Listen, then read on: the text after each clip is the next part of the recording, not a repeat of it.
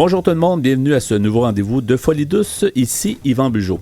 Aujourd'hui, je reçois Jérôme Gaudreault de l'Association québécoise de prévention du suicide. Nous parlons ensemble de nouvelles approches avec applications mobiles. À l'espresso et à l'espresso allongé, Pierre nous amène son sujet, l'inconscient collectif. Notre collaboratrice Catherine Stassin est aussi des nôtres. Elle nous parle de cerveau et solitude. Bienvenue à Folie douce.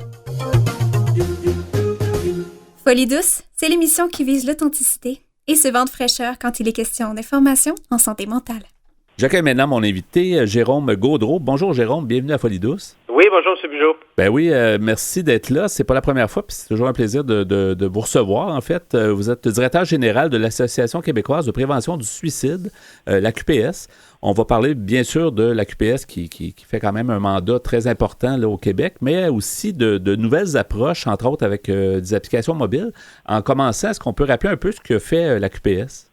Oui, dans le fond, la QPS, c'est une organisation qui travaille à l'échelle de la province, qui vise vraiment là, à sensibiliser la population sur les enjeux relatifs au suicide, donner les informations de prévention, donc quoi faire, où appeler si on s'inquiète, si on a besoin d'aide, puis aussi de faire en sorte de changer un peu la mentalité de la société québécoise autour du suicide, d'expliquer le phénomène, de démontrer qu'il existe des solutions et faire en sorte que nos élus prennent des décisions pour changer les choses de manière à encourager et favoriser la prévention sur dans le plus de milieux possible.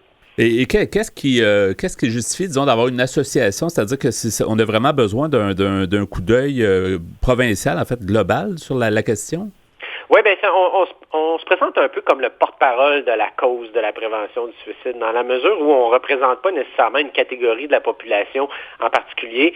Il existe beaucoup d'acteurs qui sont actifs en prévention du suicide, donc nous, on parle vraiment au nom de la cause, puis on travaille à faire bouger les choses, on travaille à éduquer la population, à outiller les gens à pouvoir bien réagir. Donc, l'essentiel de notre mission est de ce côté-là. Par contre, on travaille un peu moins auprès des personnes qui, elles, sont vulnérables, ce qui est une responsabilité qui relève plus d'autres organisations, comme les centres de prévention du suicide, par exemple. Oui. Et on en avait parlé, je pense, un peu dans la dernière fois qu'on s'était parlé à Folie douce, un peu de l'évolution, tu sais, de comment rejoindre les gens, puis comment prévenir le suicide d'une autre façon, peut-être en tout en gardant quand même peut-être les façons plus traditionnelles. Mais on parlait, entre autres, d'approches avec des nouvelles approches avec applications mobiles. Est-ce que vous pouvez nous en parler un petit peu? Oui, bien effectivement. Puis je pense qu'à l'époque, on s'était parlé, on était très enthousiasmés d'avoir la possibilité de travailler sur ce qu'on appelle la stratégie numérique de prévention du suicide pour le Québec.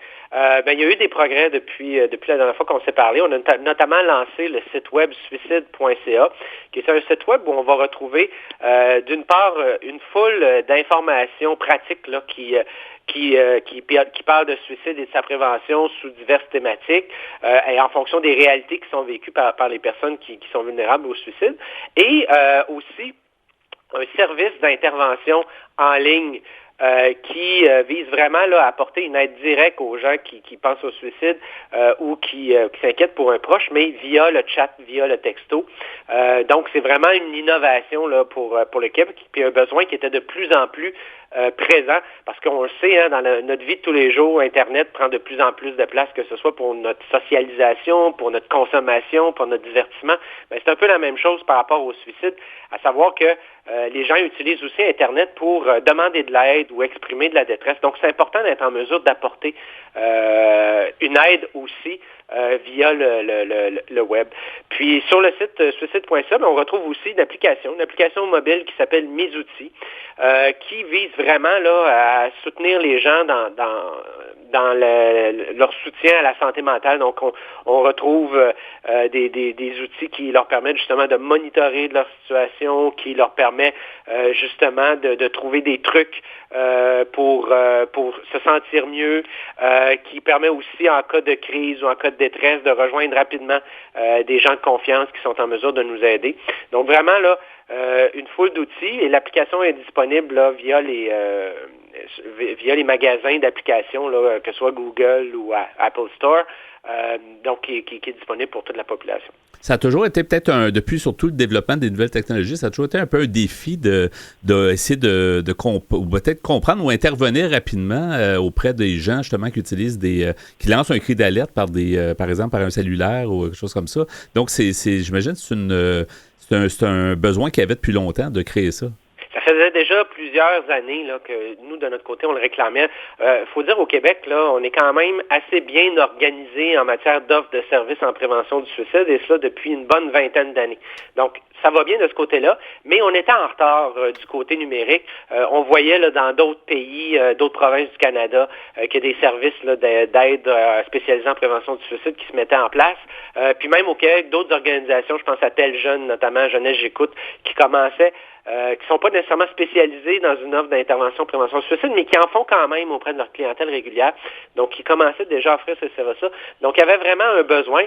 Puis, il y a quelques années, là, le ministère de la Santé a reconnu, on se souvient là, de l'histoire malheureuse là, de M. Taillefer là, qui a perdu son fils par suicide, puis qui avait exprimé une détresse en ligne, puis qui avait clamé haut et fort la nécessité là, qu'on se préoccupe davantage de cette réalité-là. Donc, les choses ont bougé dans les dernières années. On a reconnu la nécessité d'aller de l'avant, puis là, on commence cette année là, à constater là, les premiers pas là, qui commencent à émerger. Là. Parce que dans le fond, il faut aussi sensibiliser les différentes applications. Ou, parce que dans le cas, effectivement, du fils de M. Taillefer, on disait que les gens qui perçoivent une certaine détresse, les gens qui gèrent, en fait, ces applications-là devraient avoir quelque chose, une façon de procéder pour alerter, justement, les gens qui pourraient les aider, là. Effectivement, comment qu'on fait quand on voit là un message qui nous inquiète, là, que ce soit sur les réseaux sociaux ou sur des sites web qu'on fréquente, est-ce qu'on doit interpeller la personne, la questionner? Donc, je pense que c'est important de bien outiller les gens pour être capable de reconnaître là, quand un message peut être un message de détresse, puis leur donner des ressources, leur donner des lieux où ils peuvent s'adresser pour obtenir cette aide-là. Donc, suicide.ca, c'en est un. Il y a toujours la ligne 1866 appel aussi, là, qui est une ligne téléphonique spécialisée en prévention du suicide, qui est disponible 24 heures par jour, 7 jours par semaine, partout au Québec. Donc, on peut y faire appel. Mais maintenant, on a une offre de services supplémentaire qui va nous aider à rejoindre des gens qui répondaient pas toujours très, très bien aux services traditionnels. C'est qui ont peut-être la difficulté à s'exprimer, à mettre les mots. C'est peut-être un peu moins menaçant ou difficile d'écrire ce qu'on vit plutôt que d'en parler. Donc, c'est une nouvelle porte là, qu'on rend disponible pour les gens, puis qui va peut-être aider les gens à obtenir un soutien un peu sur une plus longue durée, avoir dans le réseau de la santé. Donc, c'est une nouvelle porte qui s'ouvre finalement. Vous êtes le directeur général donc, de la QPS, l'Association québécoise de prévention du suicide. Est-ce que est-ce que systématiquement, la plupart des gens lancent un cri d'alerte, un cri d'alarme en fait quand ils se sentent pas bien? Est-ce qu'en général, la plupart des gens qui veulent passer à l'acte malheureusement de se suicider, est-ce qu'on peut dire qu'il y a toujours des pistes quelque part, toujours un genre de drapeau qui est levé là? Oui et non. Dans la mesure, dans certains cas, effectivement, les personnes expriment une détresse, donc vont demander de l'aide, vont partager leur vulnérabilité, leurs difficultés. Donc ça, peuvent aussi carrément affirmer qu'ils ont la volonté directement dire des choses comme ils ont la volonté de mourir, ou des fois c'est un peu moins clair en disant bientôt, j'ai trouvé une solution à mes problèmes. Bientôt, je serai plus un fardeau pour vous. Donc ça, c'est des messages aussi qui peuvent sonner une cloche, là, démontrer que la situation va moins bien. D'autres fois, par contre, c'est plus difficile. La personne exprimera pas clairement cette détresse-là, va vouloir cacher cette vulnérabilité-là pour diverses raisons, ne veut pas être stigmatisé, ne veut pas déranger ses proches, il peut y avoir de la honte aussi qui est associée à ça. Des fois, les gens ont peur de demander de l'aide aussi, ou ne savent pas comment faire cette demande d'aide-là. Donc, c'est pas toujours facile non plus de reconnaître les signes de détresse. Donc, des fois, au lieu que ce soit verbal, ça peut être dans le comportement des gens. On constate que tout à coup, il y a une augmentation de la consommation, que ce soit d'alcool, de la drogue. Des fois, ça peut être l'hygiène de vie de la personne qui se détériore, la personne dort plus, mange plus. Donc, ça, c'est d'autres signes qui peuvent démontrer là, une vulnérabilité. Donc, qu'est-ce qu'on fait quand on perçoit ça? Je pense que ce qui est important, c'est vraiment d'aborder la personne puis simplement mettre les mots sur ce qu'on perçoit. Dire, écoute, j'ai remarqué ça depuis un certain temps. Avant, tu faisais ça, maintenant, tu le fais plus. Qu'est-ce qui se passe? Ça m'inquiète. Veux-tu m'en parler? Puis d'amorcer le dialogue autour de la situation. Peut-être que la personne passe une mauvaise passe, puis bon, elle va se replacer, mais des fois, ça peut être plus grave que ça. Donc, on peut même poser la question, est-ce que ça va mal à un point tel que tu penses t'enlever la vie? Et si jamais, effectivement, la personne exprime cette vulnérabilité-là, ben là, il faut aller chercher de l'aide. On n'a pas besoin de se mettre sur les épaules la responsabilité de sauver la vie de la personne. Il y a des gens qui sont disponibles via la ligne 1866 appel, via le site suicide.ca, qui, eux, sont formés et entraînés pour nous accompagner là-dedans. Oui, M. Gaudreau, on a quelques minutes pour parler un peu des effets de la pandémie qu'on n'oubliera jamais de notre vivant, finalement. On va le raconter à tout le monde dans les années à venir, c'est certain. Ça a été marquant, c'est marquant pour tout le monde, pour les Québécois. Est-ce que vous avez remarqué une hausse, justement, ou en tout cas un changement au niveau du suicide en rapport à la pandémie? C'est certain que nous, dès le début de la pandémie, là, en mars 2020, là, il y a eu des inquiétudes. Là, quand on a commencé à confiner la population, on s'inquiétait beaucoup pour la population qui est isolée. Donc, on a rapidement là, entré en contact avec le bureau du coroner pour qu'ils nous mettent au courant là, de l'évolution de la situation. Et jusqu'à maintenant, là, du moins là, pour jusqu'à la fin de l'année 2020, on n'avait pas d'informations qui nous permettaient de croire qu'il y a eu une augmentation du nombre de décès par suicide depuis le début de la pandémie.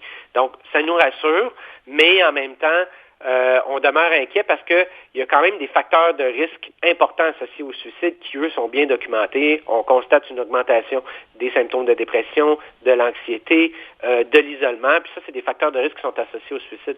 Donc, c'est important de continuer à prendre bien soin des gens. Par contre, puis ça, c'est très important de le dire aussi, il n'y a pas juste des facteurs de risque avec la pandémie, il y a aussi des facteurs de protection qui sont mis en place, à savoir que les gens s'adaptent, ils se réorganisent. Une personne est isolée, c'est une personne âgée, à ce moment-là, on s'organise pour faire ses commissions, par exemple. On peut plus se voir en personne, mais on fait des 5 à 7 par Zoom.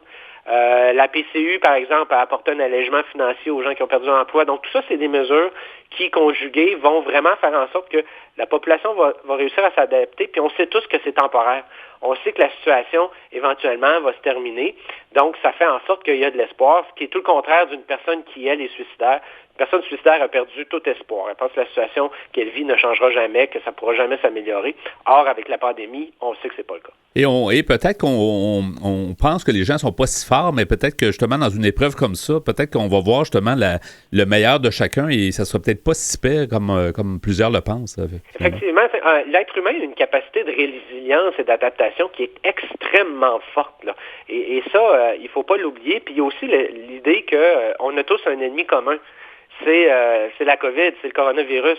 On travaille tous ensemble, la société, on s'organise, ça a des impacts sur notre vie, puis c'est pas facile pour personne, mais on sait qu'on fait ça pour la cause, on sait qu'on fait ça pour faire en sorte qu'on protège des vies de personnes qui pourraient être plus vulnérables à cette maladie-là. Exactement. Donc tout ça, ça peut apporter un sentiment de communauté qui agit aussi en protection. Oui, en terminant, quelques secondes, comment on fait pour trouver toutes les informations? On parlait de l'application mobile, entre autres, et tout ce qu'on veut savoir sur la QPS. Qu'est-ce qu'on cherche?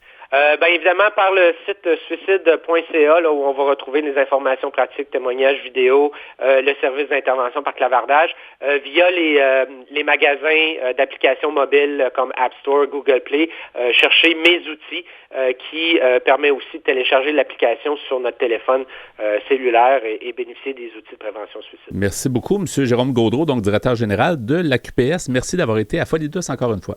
Ça me fait grand plaisir, merci. Au revoir. Au revoir. Nous sommes bien présents sur Facebook. Cherchez Folie Douce Radio pour nous trouver. Folie Douce, une communauté, une radio.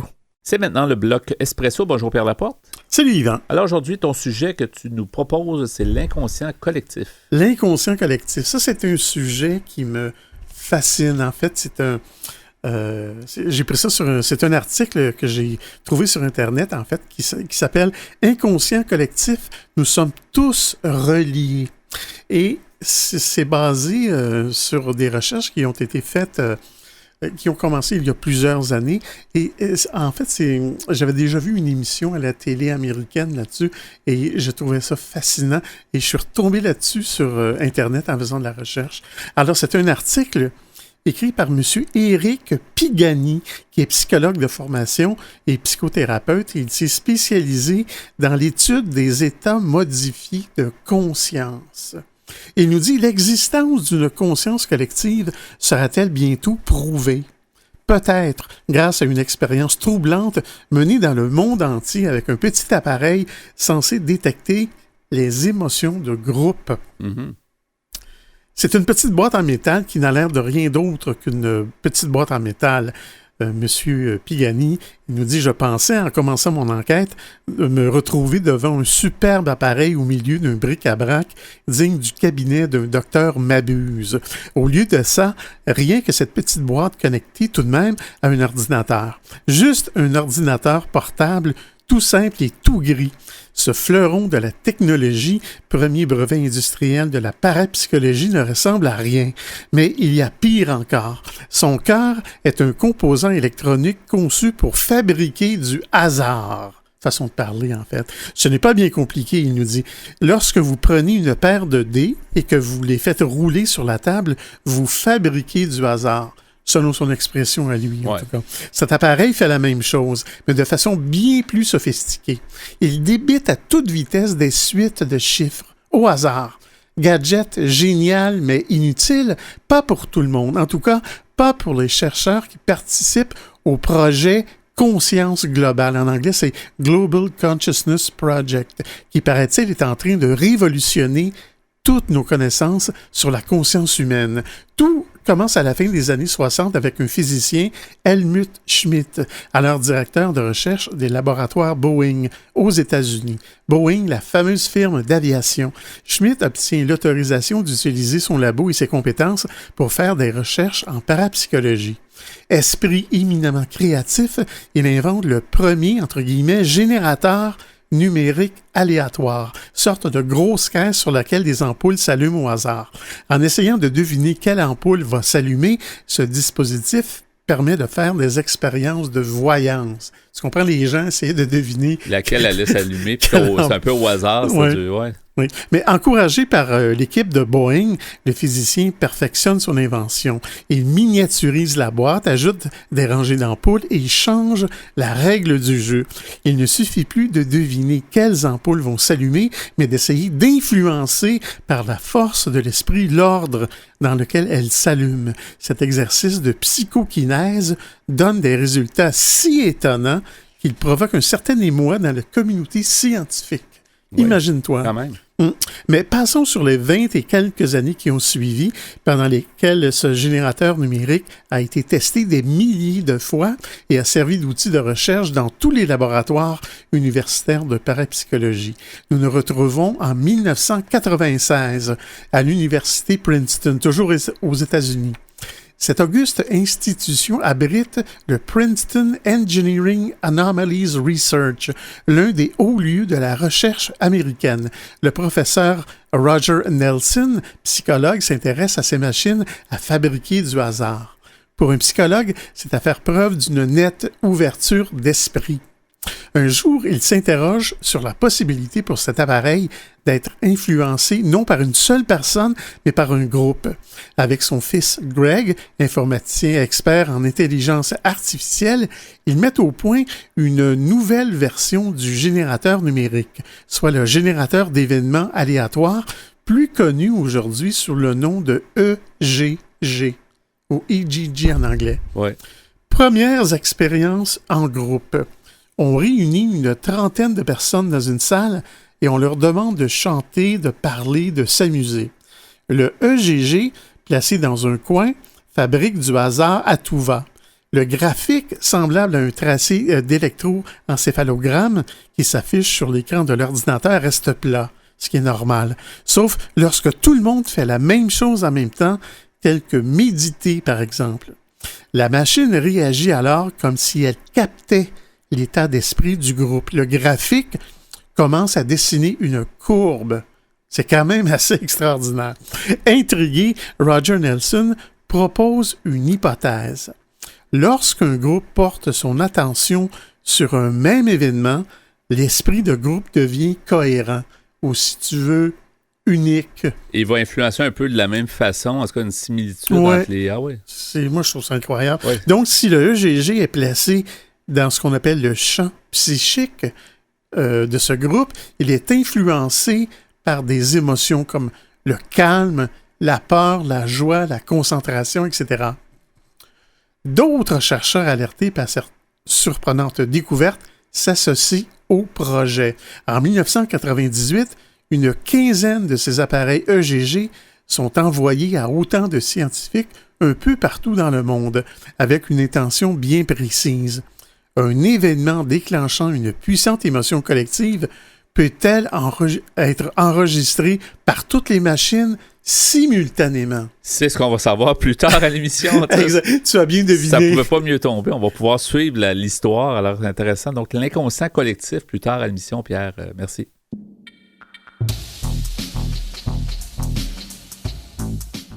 À venir dans l'émission, Catherine Stassin nous amène sa chronique sur le cerveau et la solitude. À l'Espresso allongé, Pierre Laporte poursuit avec l'inconscient collectif. Vous écoutez actuellement Folie douce, pionnier en santé mentale depuis 1991. Folie douce, une communauté, une radio.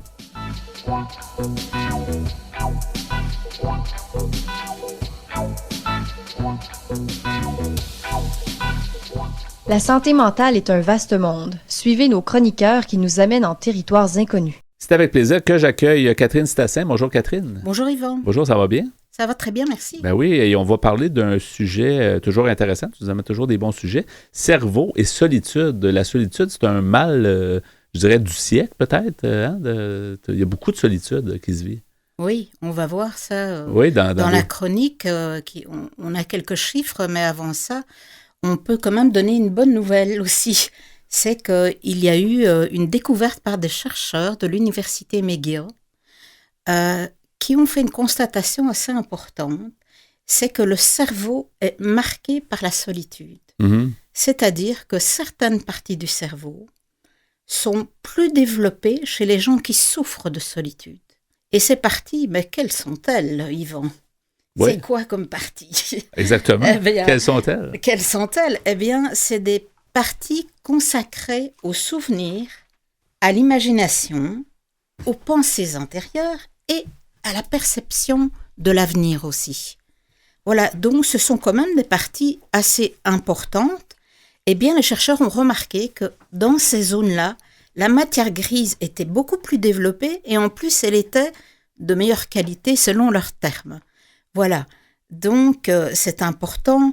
Et on peut se poser la question aussi, mais comment ça se fait? Qu'est-ce qui se passe?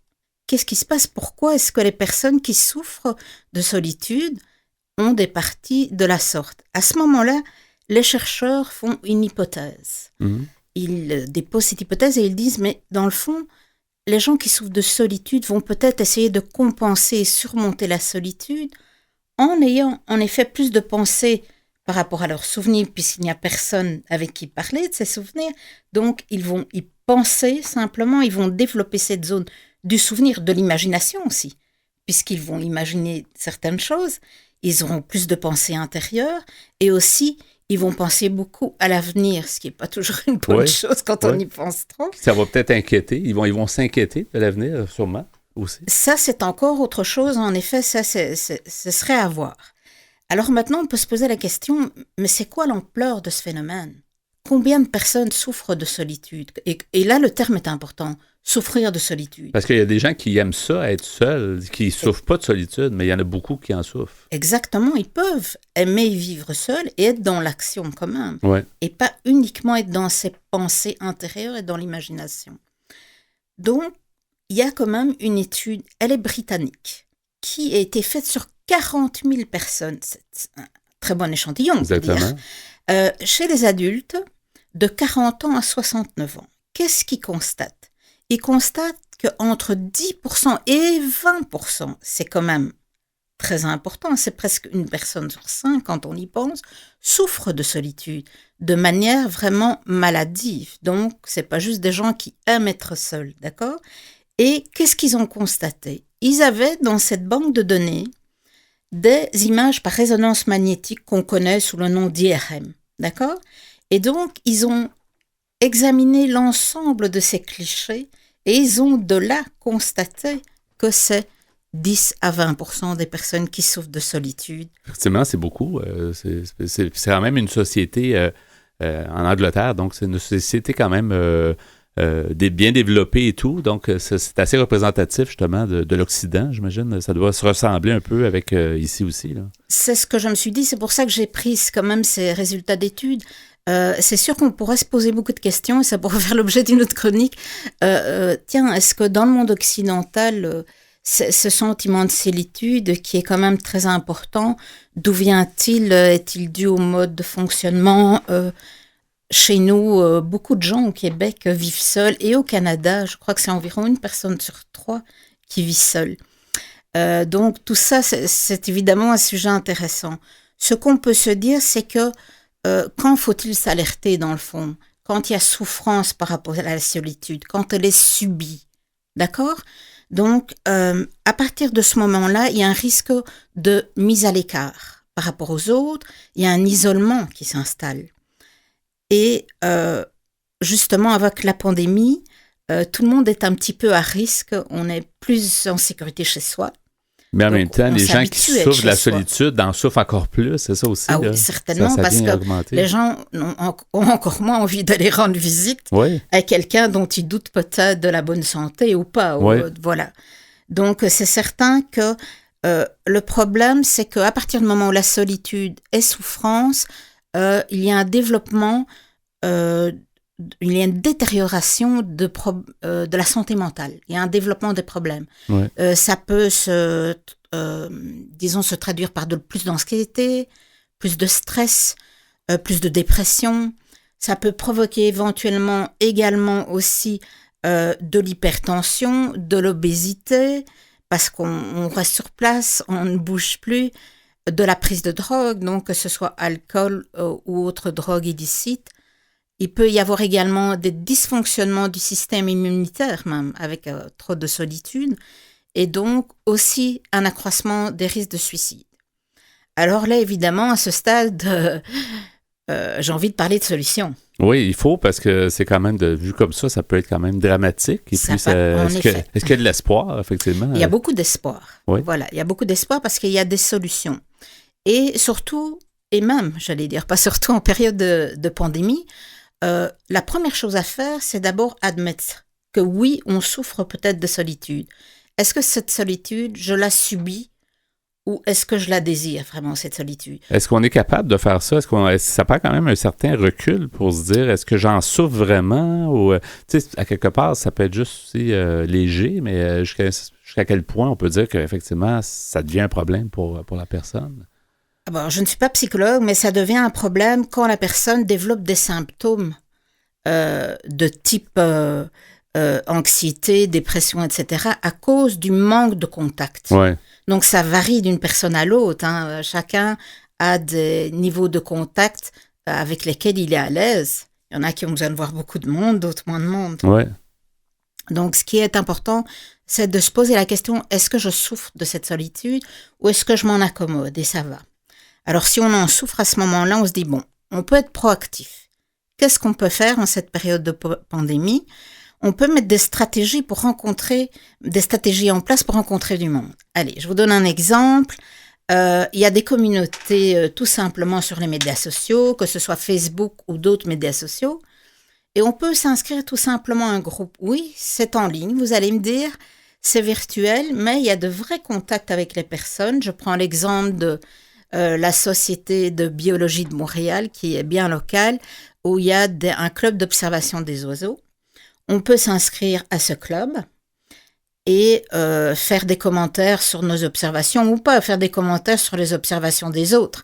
Et de fil en aiguille, eh bien, on peut discuter avec l'une ou l'autre personne sur Messenger ou ailleurs. Et c'est mieux que rien, finalement. Tu sais, on sait que ça remplace pas le contact humain, mais à quelque part, c'est quand même un contact à distance, mais relativement intéressant quand même. Voilà, on peut se donner la discipline aussi de se dire, la communauté d'observation d'oiseaux ou autre chose, je me dis, tiens, je vais y aller 2 fois par semaine minimum. Je vais aller prendre des contacts, je vais aller un petit peu m'impliquer. Ce qu'on peut faire aussi, c'est une liste de personnes qu'on apprécie Et là aussi se dire, voilà, je vais passer un appel par semaine à un tel, je vais peut-être écrire sur Messenger ou sur un courriel à quelqu'un d'autre, ou même une lettre à l'ancienne. Il y a des gens qui apprécient ça encore. Et donc, un peu réactiver un réseau endormi ou un nouveau réseau, pourquoi pas, des gens que vous appréciez. Donc ça peut être une solution, joindre un groupe ou reprendre contact avec des anciens amis. Alors, on peut se poser la question aussi, si par exemple, on se dit, oui, mais moi je suis quelqu'un de nouveau dans une ville, je n'ai pas d'amis, je travaille en région ou je travaille... Alors, on peut se dire, est-ce que j'ai réussi à maintenir des amitiés ou pas? Des fois, on n'y arrive pas. Quand on y arrive ou qu'on a des invitations, il faut bien garder en tête qu'on a 1, 2, 3 invitations. Mais après, si on ne répond pas, si on ne retourne pas les invitations, on ne sera plus invité. Donc, il faut garder ça en tête. Il faut se forcer un peu ou il faut en tout cas s'aider. Il ne faut pas se faire violence, là, mais il faut se forcer un petit peu si on a ce désir de sortir. Au moins l'essayer, au moins essayer d'avoir un contact. Si ça ne fonctionne pas, on l'aura essayé. Voilà. Alors, en fait, ce qu'on peut dire ici aussi, oui, la solitude peut être positive. En effet, on peut avoir des tas de réflexions intérieures, des pensées sur l'avenir, penser aux souvenirs de notre famille, etc. Ça peut être positif. Mais à partir du moment où elle ne nuit pas à notre santé et elle ne nuit pas à notre bien-être. Donc, si vous sentez qu'elle vous pèse et vous sentez que vous faites partie de ces gens-là, effectuez des démarches. J'ai ici mis en note l'organisme Écoute Entraide. Vous pouvez téléphoner 7 jours sur 7 au 514-278-2130, 514-278-2130, 7 jours sur 7, de 8h à 22h. Il y a aussi une ligne gratuite et un site Internet. Mm-hmm. Qu'est-ce qu'on peut dire d'autre? On a encore quelques minutes, Catherine, donc sur la solitude. On pourrait dire que c'est un mal du siècle, dans le fond, parce que les gens, autrefois, peut-être vivaient plus en communauté ou avec leur famille. Aujourd'hui, comme tu dis, il y a quand même une personne sur 3, tu disais, qui vit seule au Québec, à peu près. Là. C'est beaucoup quand même, et c'est peut-être par choix, comme tu disais. Les gens sont moins attachés. Où les choses ont évolué. Moi, je me pose des fois la question, je me dis, dans le temps, dans le fond, on n'avait pas toujours les moyens d'aller vivre seul, de quitter le nid familial tout de suite. On vivait en famille parce qu'il n'y avait pas de moyens. Maintenant, on peut se trouver un logement pas trop cher et partir. Donc, il y a beaucoup de monde qui se retrouve seul. Mais c'est pas que ça, je pense qu'aussi qu'il y a plus de divorces. Et dans le temps, on ne divorçait pas tout simplement. Ça fait aussi partie de l'équation. Il y a l'isolement des personnes âgées. Les personnes âgées, avant, restaient dans la famille. Maintenant, elles vivent plus tard, plus longtemps toutes seules. Et voilà, et des fois loin de leur famille parce que les enfants vont travailler ailleurs. Donc, c'est sûr que ça, c'est vraiment des extrapolations que je fais ici de manière improvisée, mais je pense que oui, il y a de la réflexion à faire sur notre mode de société occidentale qui, je pense, crée cette solitude par son mode de fonctionnement. Oui, avec tous ces changements-là, comme on dit. Je pense. Peut-être rappeler, si tu veux bien, Catherine, les différentes aides que les gens peuvent trouver. Là, donc, Écoute Entraide, je pense. Alors, Écoute Entraide, vous avez un site où vous avez beaucoup de ressources sur ce site. Alors, c'est écoute-entraide.org, écoute-entraide.org, ou une ligne d'écoute accessible 7 jours sur 7, de 8h à 22h, avec un téléphone sur Montréal, 514-278-2130, 514-278-2130, et de l'extérieur de Montréal, 1-855-365-4463. Donc, il y a de l'aide, puis gênez-vous surtout pas pour en demander. Alors, merci beaucoup pour cette chronique, Catherine, et puis on va se retrouver pour une prochaine bientôt. Merci. Merci Yvan. De tes excellents sujets. Merci. À bientôt. Au revoir. Au revoir. Que vous soyez au boulot ou dans l'auto, à moto ou à vélo, en manteau ou en speedo, vous écoutez Folie douce. De retour au micro avec l'Espresso allongé et on va poursuivre sur le sujet de l'inconscient collectif que tu as entamé plus tôt, Pierre, à l'émission. Oui, un sujet, moi, que je trouve vraiment intéressant, pour ne pas dire passionnant. C'est d'après un article écrit par M. Éric Pigani, qui est psychologue de formation et psychothérapeute, et il est spécialisé dans l'étude des états modifiés de conscience. Et Je pense encore que l'être humain est peu connu. Tu sais, je me dis, il y a beaucoup de force, là, que ce soit conscient ou inconscient. On a encore beaucoup à apprendre. Beaucoup à apprendre sur le cerveau, sur l'âme, même, je dirais, les ondes. Les ondes qu'on peut transmettre volontairement ou non, effectivement. Oui. Alors, il nous parlait aussi de M. Roger Nelson qui avait mis au point une machine qui donnait des suites de chiffres très, très, très rapidement, complètement au hasard, et qui donnait une courbe plate, si on peut dire, ce qui est normal. Mais en certaines occasions, des gens qui sont branchés sur des capteurs placés autour de la tête pouvaient influencer cette courbe sur un écran. C'est quand même assez... C'est quand même puissant. Oui. Alors, je reprends ma lecture. En 1998, une quinzaine de ces appareils EGG sont envoyés à autant de scientifiques un peu partout dans le monde, avec une intention bien précise. Un événement déclenchant une puissante émotion collective peut-elle être enregistrée par toutes les machines simultanément? Si oui, cela confirmerait l'existence d'un champ psychique planétaire, quelque chose qui ressemblerait à une conscience globale. Il y a des gens qui sont plus perceptifs, tu sais, si on peut dire. Il y a des gens qui ont comme plus de l'espèce d'intuition, quelque chose... Ils ont comme une espèce de talent ou un don. Un sixième sens. Oui, un peu, oui. Alors, les premiers tests donnent des résultats immédiats. Ainsi, lors d'événements comme les funérailles de Lady Di, les appareils qui se trouvent aux États-Unis, en Chine ou en France enregistrent des variations du champ psychique. Au cours des 3 années qui suivent, le Global Consciousness Project prend une ampleur inespérée. L'appareil obtient un titre de propriété industrielle, une grande première dans l'histoire de la parapsychologie.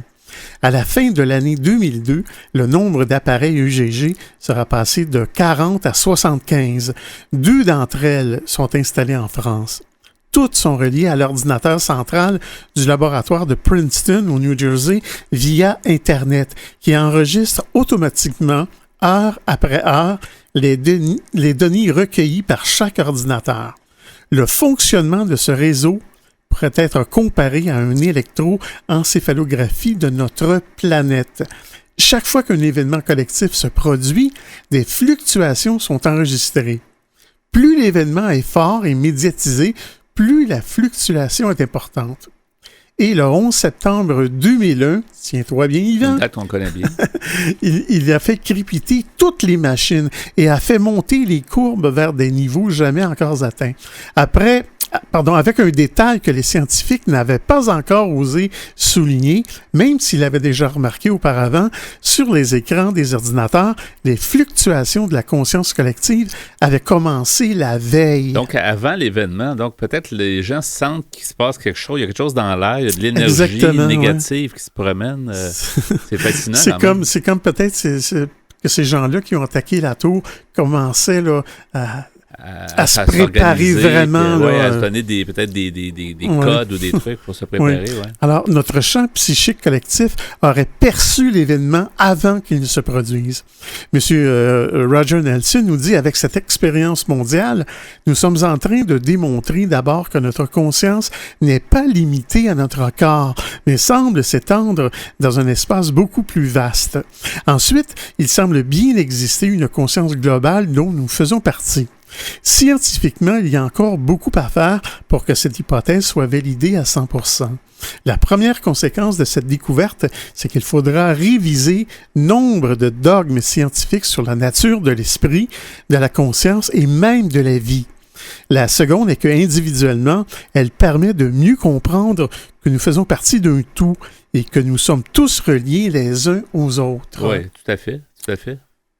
Ah oui, je crois à ça. Puis plus ça va aller, je pense, plus on va prouver ce genre je pense qu'on n'a pas le choix de croire à ça parce que les résultats sont là, sont enregistrés par des machines. Exactement. Depuis 2016, un autre phénomène est également observé. Les tracés de cette électroencéphalographie de la Terre sont en constante augmentation, ajoute M. Roger Nelson, comme si la conscience collective était en train de s'éveiller, ce qui peut correspondre au déclin de l'individualisme qui a prévalu ces dernières années au profit de la famille, du groupe et du collectif.